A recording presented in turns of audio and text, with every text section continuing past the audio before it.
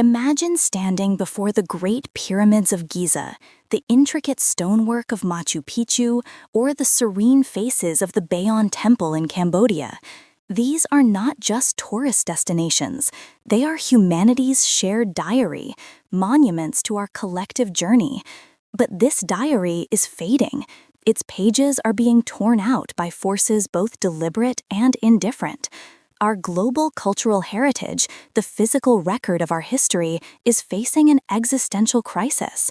The threats are relentless, multifaceted, and accelerating. We are in a race against time, and right now, time is winning. The most visible and dramatic threat is, of course, conflict. We've all seen the heartbreaking images. The deliberate, nihilistic destruction of the ancient city of Palmyra by ISIS, a site that had stood for millennia as a crossroads of civilizations. The shelling of the old city of Dubrovnik, a UNESCO World Heritage Site. The looting of the Iraq Museum in 2003, where thousands of priceless artifacts, cuneiform tablets telling the earliest stories of human civilization, vanished into the black market, their context and history forever erased. Conflict doesn't just destroy, it orphans history, severing artifacts from their provenance, turning a piece of a shared story into a mere commodity. When a bomb falls or statue is toppled, it's not just stone and mortar that's lost, it's the memory, the identity, and the continuity of a people. The aftermath of war creates a vacuum where organized criminal networks thrive, smuggling our history piece by piece to the highest bidder, leaving behind a cultural void that can fuel further instability. But the more insidious threat, the one that works slowly, silently, and universally, is the environment itself. Climate change is the single greatest threat multiplier to our heritage. In Venice, the rising Adriatic Sea isn't just flooding St. Mark's Square. The corrosive saltwater is creeping up the walls of historic palazzos, eating away at the foundations of a city that shouldn't exist. In Southeast Asia, more extreme monsoon seasons are battering ancient temples like Angkor Wat, with torrential rains eroding delicate carvings and oversaturating the ground, threatening structural collapse. On the other side of the world, desertification driven by rising temperatures encroaches on the Great Wall of China and the ancient caravan cities of the Sahara, sandblasting history into dust. Glaciers are melting, revealing and then immediately exposing fragile archaeological sites in the Alps and the Andes to decay after millennia in a deep freeze. The very air we breathe, thick with pollutants, creates acid rain that dissolves the features of marble statues, turning detailed faces into blurry, tragic masks. It's a slow, quiet apocalypse for our past. And then there is the simple, mundane tragedy of neglect. Not every masterpiece is housed in a state-of-the-art, climate-controlled facility like the Louvre or the Met. Countless historical sites are in countries with struggling economies, where the government faces the impossible choice between preserving an ancient ruin and funding a new hospital. Museums are understaffed, underfunded, their basements filled with artifacts they lack the resources to study, let alone conserve. Remote sites, far from the tourist trail, are left to the mercy of the elements, local vandalism, or agricultural encroachment. This is the silent, untelevised loss of history. There's no dramatic explosion, just a slow, inexorable fade to black. Faced with this onslaught, our traditional conservation methods, while heroic and essential, are fundamentally outmatched. Conservation is a painstaking, artisanal process. Restoring a single fresco requires years of work by a handful of the world's most skilled experts. It's incredibly expensive, relying on a precarious mix of government grants, philanthropic donations, and ticket sales. This model simply cannot scale to meet the sheer magnitude of the crisis. There aren't enough experts, there isn't enough money, and there isn't enough time to be everywhere at once. We are forced into a constant state of cultural triage, deciding which parts of our history are important enough to save, while tacitly accepting the loss of the rest.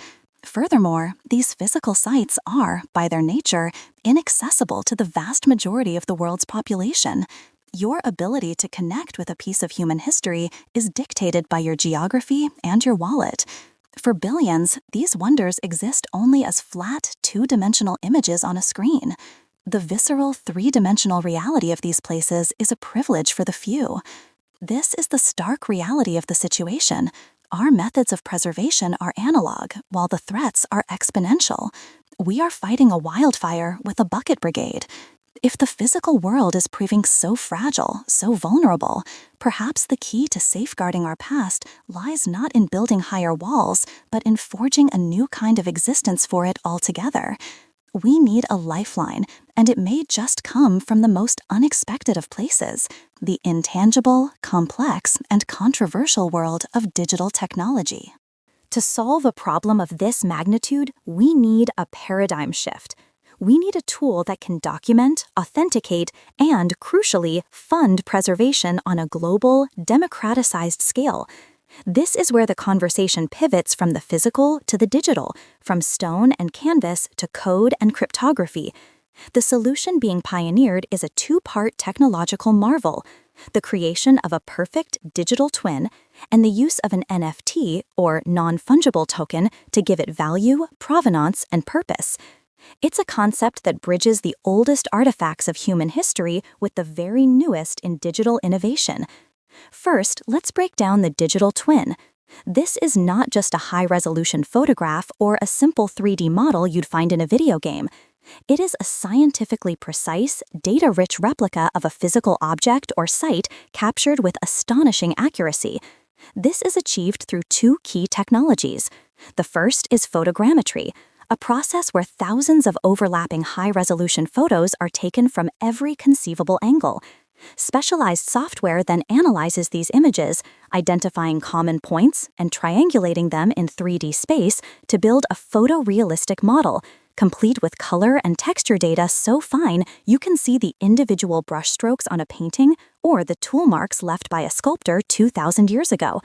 The second method is LiDAR, which stands for light detection and ranging. A device shoots out millions of laser pulses per second, measuring the precise time it takes for them to bounce back. This creates a point cloud of data, a hyper-accurate 3D map of the object's surface down to sub-millimeter detail. When combined, these techniques create a digital surrogate that is, for all intents and purposes, a perfect snapshot of the artifact at a specific moment in time. This digital twin is, in itself, an incredible conservation tool. Imagine the Cathedral of Notre Dame before the devastating fire in 2019. Thankfully, the art historian Andrew Tallon had previously created a breathtakingly detailed laser scan of the entire structure. This digital twin became an invaluable, millimeter-perfect blueprint for the restoration, ensuring the iconic spire and roof could be rebuilt with historical accuracy. If an artifact is damaged, destroyed, or looted, its digital twin remains, a permanent, incorruptible record for future generations to study, experience in virtual reality, and use as a guide for potential reconstruction. It effectively grants the object a form of digital immortality. But a digital file, no matter how detailed, can be copied infinitely. How do you make it unique? How do you assign it value to fund the preservation of its physical counterpart? This is where the NFT comes in. Forget the hype about pixelated apes for a moment and think of the underlying technology. An NFT is a unique token on a blockchain. The blockchain itself is a distributed, immutable ledger of blockchain, a public record book that is incredibly secure and cannot be altered. When an NFT is minted for a digital twin, it's like stamping a unique serial number onto it and recording its creation and ownership in this global record book for all to see forever. This act transforms the infinitely reproducible digital file into a verifiably scarce and unique asset. It becomes the official, authenticated digital original. This is where the model truly revolutionizes funding for cultural heritage. A museum, a government, or a conservation nonprofit can mint an NFT of the digital twin of a statue they are trying to restore. They can then sell this NFT to generate funds. This can happen in several ways. They could sell a single, unique NFT of the Michelangelo's David digital twin to a major philanthropist, with the proceeds going directly to the physical statue's upkeep. But the more powerful idea is fractionalization. A high-value asset, like the digital twin of the Colosseum, can be linked to an NFT that is then divided into thousands or even millions of smaller pieces, or fractionalized NFTs. Suddenly, you don't need to be a billionaire to support World Heritage. For a small amount of money, anyone on Earth with an internet connection can purchase a fraction, becoming a verifiable micro-patron of the Colosseum's preservation. They receive a unique digital collectible that proves their contribution, and the funds are directed to the real-world conservation work. This democratizes patronage on an unprecedented scale. It creates a direct, transparent, and global pipeline between a concerned global citizen and a crumbling piece of our shared history. And thanks to smart contracts, self-executing contracts with the terms of the agreement directly written into code, this entire process can be automated and transparent. A smart contract could be programmed to automatically release funds to the conservation team as they hit certain milestones, ensuring accountability and eliminating middlemen. This is a powerful new model. Create a digital ghost, anchor it with a digital deed, and use it to fund the life of its physical counterpart. It sounds like a perfect, elegant solution, but the reality, as always, is far more complex. The potential is undeniably thrilling. We're already seeing the first wave of projects testing these digital waters. Institutions like the British Museum have partnered with platforms to create NFTs of works like Hokusai's The Great Wave, exploring new revenue streams. In Ukraine, heritage professionals have been working tirelessly to create 3D scans of buildings and monuments at risk from the ongoing conflict, creating a digital archive in case the worst happens. Projects are emerging that aim to build entire virtual museums, populated by digital twins of artifacts from collections around the world, making culture accessible to anyone, anywhere. These are not just hypotheticals, they are the first, tentative steps into a new frontier of preservation, where a line of code can help reinforce a crumbling wall half a world away.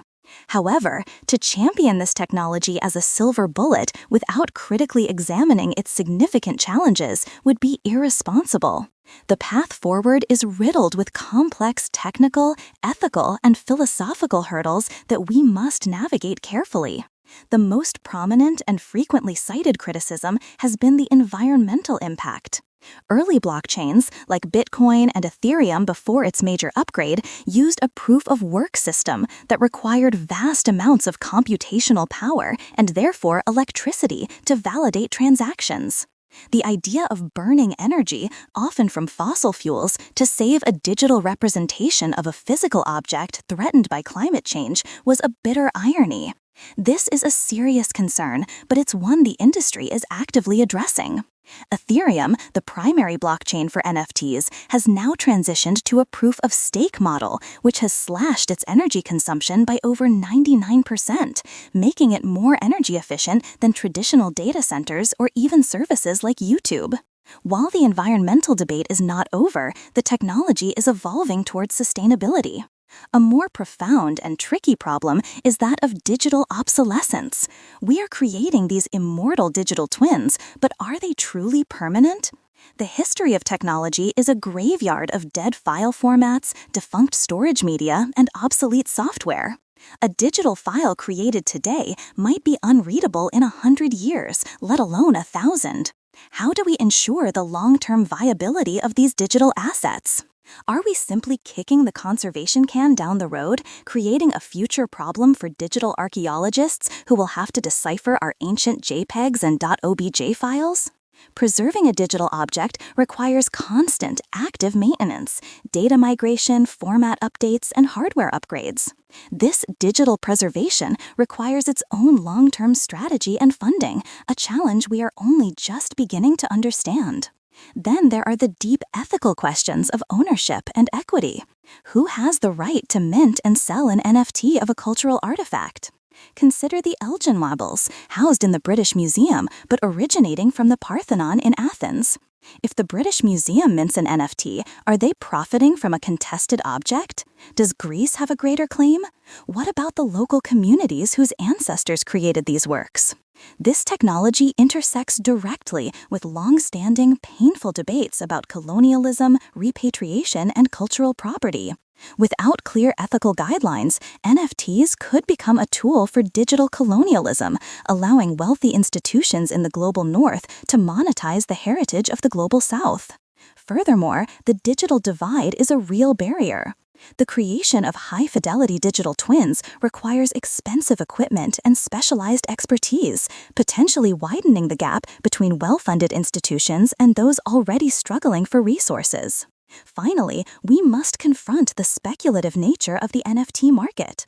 During the height of the hype, the market was driven by speculation and the promise of quick profits, not by a deep-seated desire for art patronage or heritage conservation.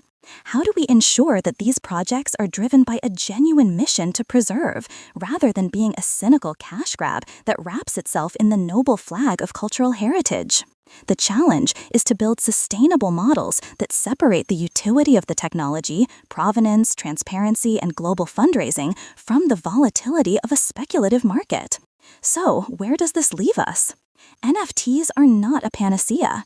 They are a powerful, disruptive, and deeply flawed tool, but they may be one of the most promising tools we have. The ultimate vision is not just about selling digital collectibles. It's about creating a new, sustainable ecosystem for conservation. A world where a student in Seoul can help fund the restoration of a temple in Peru and receive a beautiful, verifiable digital piece of that temple's history in return. A world where the preservation of our shared past is not solely reliant on the budgets of governments or the whims of billionaires, but is a collective, global responsibility. The technology forces us to ask difficult questions about ownership, value, and what it truly means to preserve something. Navigating these challenges will be difficult, but the alternative, standing by as our collective memory crumbles into dust, is simply not an option.